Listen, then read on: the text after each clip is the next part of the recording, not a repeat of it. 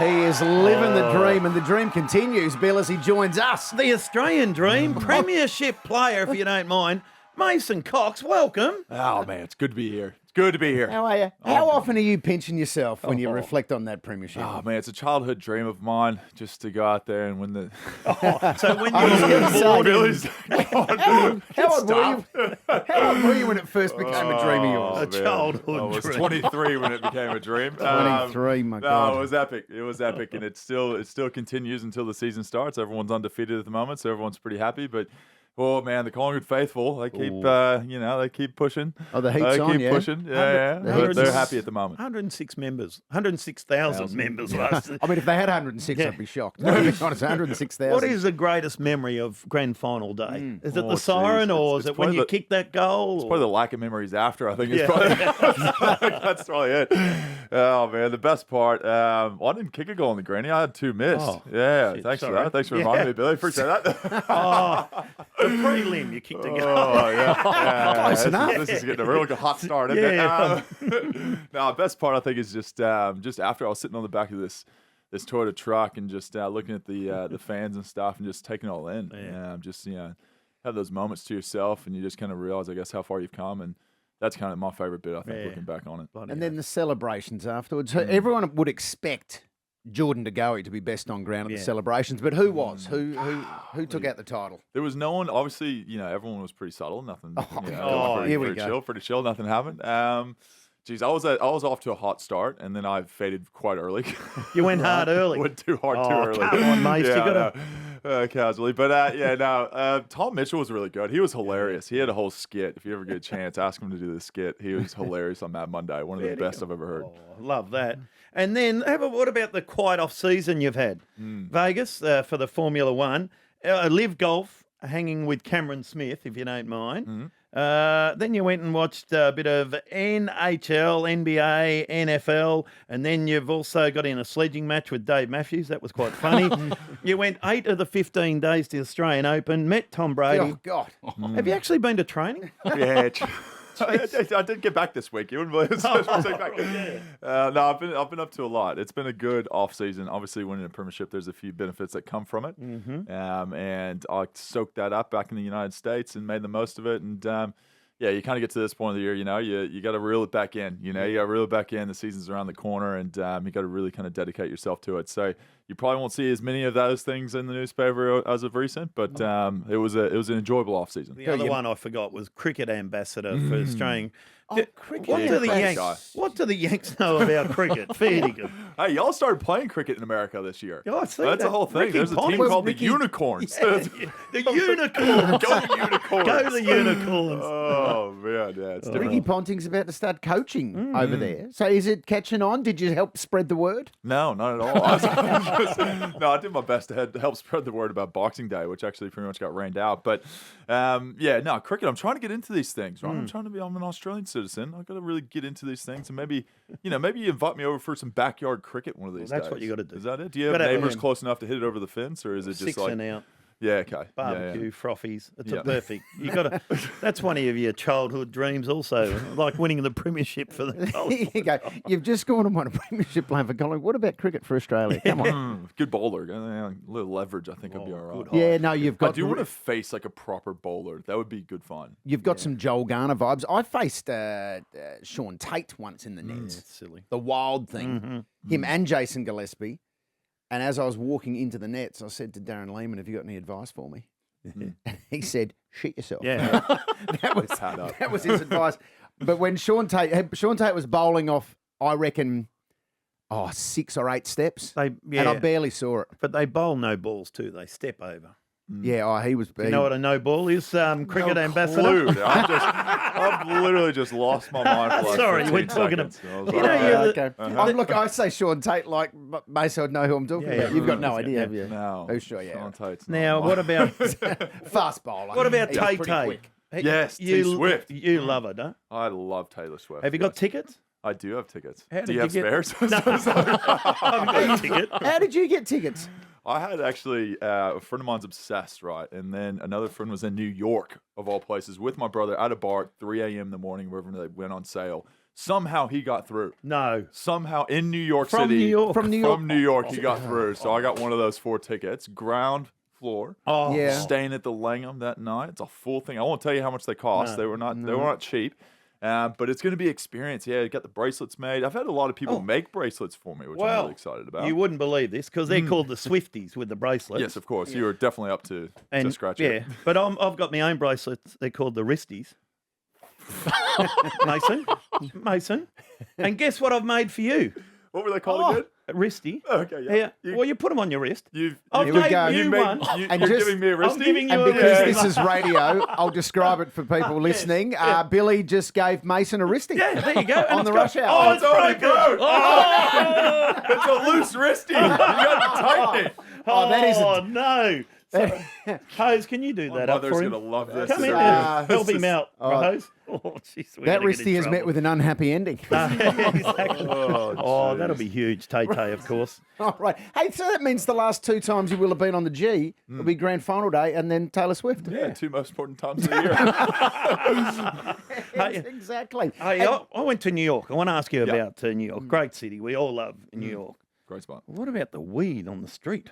Yeah, it's pretty wild, eh? Oh, man, everywhere you go, Everywhere. they're just gummies and weed. Mate, it's everywhere in America. Over the last 10 years since I come back, it's like more and more and more. What's going on Like, there? more people smoke weed than actually like smoke cigarettes over there now. Oh, yeah, it's everyone's- all legalized. Yeah, it's Everyone's totally smoking different weed. here. Because before weed was legal in America, Americans ate nowhere near enough junk food bills. No. It's nice to have I reckon the smoking weed's pot to taken really over. ramp up the... They're actually a lot Junk food. skinnier.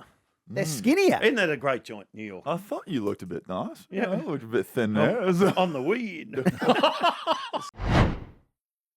Now, what's happening at Collingwood? We want to know what's going on with Collingwood because reigning premiers, I see Craig McRae's going to sit. He's taking a step back. He's not going to coach for the first 2 practice games. Did you know that, Mason? I had no clue.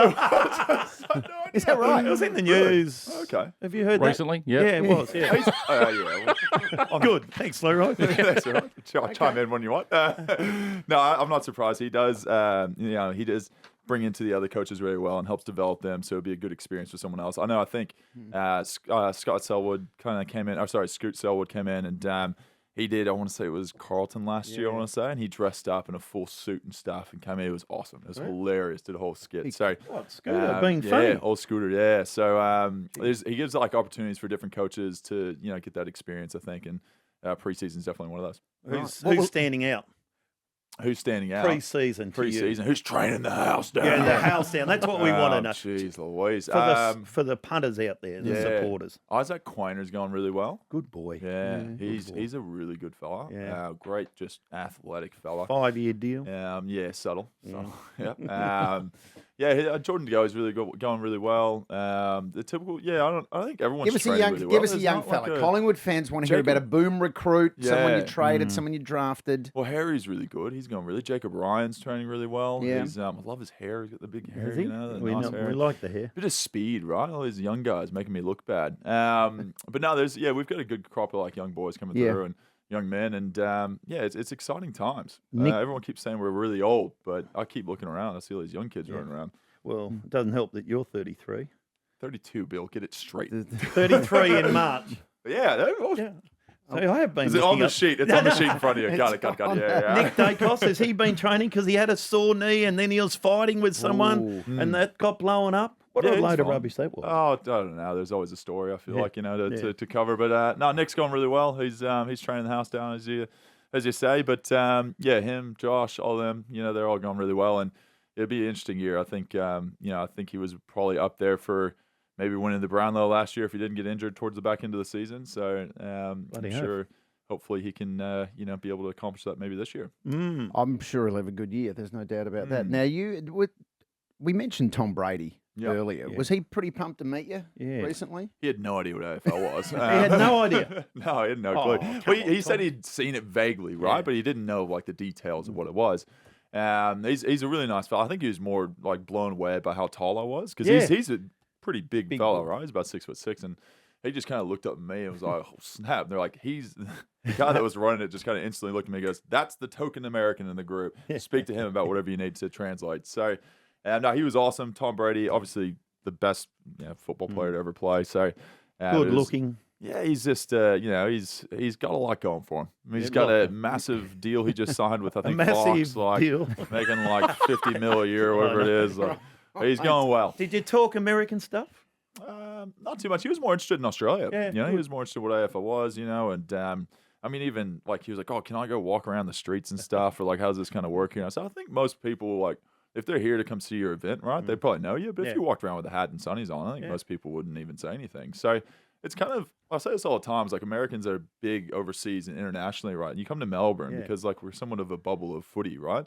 You don't really get these international stars that come over here and get mobbed. No. They kind of can be normal, which is quite nice for people, I think. Really nice. Did he have a little aura about him, Tom Brady? Often when you meet these big stars, I think it was more the people around him. All these like players, that everyone. It was kind of like role reversal. All these players that usually people gawk at, they were gawking at now Tom Brady. They're like, oh my gosh, give me a photo. I can't give. How do I work this in? So it was kind of a role reversal in the experience I had, which was kind of funny to see that side of people. But I mean, he's such an incredible athlete. He's done so well for so long. Did he check you a pass at the event? He checked my pass. Like he threw. I saw Hodgie ran for a pass at the event, and he hit Vossi up as well at the event. Did he get Neal was another. Lockie Neal. Lockie Neal. Yep. Hit him on the button. No, I didn't get a pass from him. I do find this weird about Australians is they like force jumpers on people. Yeah. Do you realize this? Like every time there's someone that comes in, footy clubs just like picture with a photo of our jumper, please, please do it now. And then you've got 20 different photos of 20 different teams and different jumpers, and you're like, who does he actually support? Tom Brady would have got home and gone, there's 6 jumpers here. Who are they? What colours? I don't think he would have brought those back to America? No, I reckon those are in the bin outside. I did it to Will Ferrell once. Gave him a Hawthorn jumper. How far did that go? Well, he was very polite. He's a very nice man, Will Ferrell. And he was very, this is great. And he asked me a couple of questions about the team. I'm pretty sure when I walked out of the room, that bad colours. That jumper was not on his possession anymore. Really bad colours. Okay, I mean, poo and wee. Poo and wee. Yeah, it's not a great combo. Hey, Taylor Swift is in town next week. Yeah, there would be departments at every football club right now brainstorming how do we get a jumper into the hands 100%. of because the Swifties. Imagine if she they'd almost buy another 100,000 memberships. That's right. If she endorsed it. Yeah, her PR team's so smart. She would never take a jumper. She doesn't want to upset another side, right? She wants all 18 to love her still. She wouldn't choose just one. That's very smart. I rang the producer of Bluey once to ask who Bluey barracks for in the footy. Yeah. And he said he's not revealing who Bluey barracks for because he doesn't want to upset the other 17 teams. Clever. You'll be standing up at Taylor Swift, won't you? Oh, she might see me. Here I am. I'm American, Mason, premiership player. I can just see you. I just feel bad for whoever the hell's standing behind me. Imagine that. I ain't seen a damn thing. Imagine that. You sit down. Imagine paying all that money and you see me rock up. I hate Collingwood. I did go and I actually thought about. I was at Moulin Rouge last week with my wife. We had a nice date night, and I did think of you because I sat down and I could tell the people behind me were a bit like, nah. Like I was in their way. And I thought, how would Mason Cox go at the theatre? You just don't look behind you.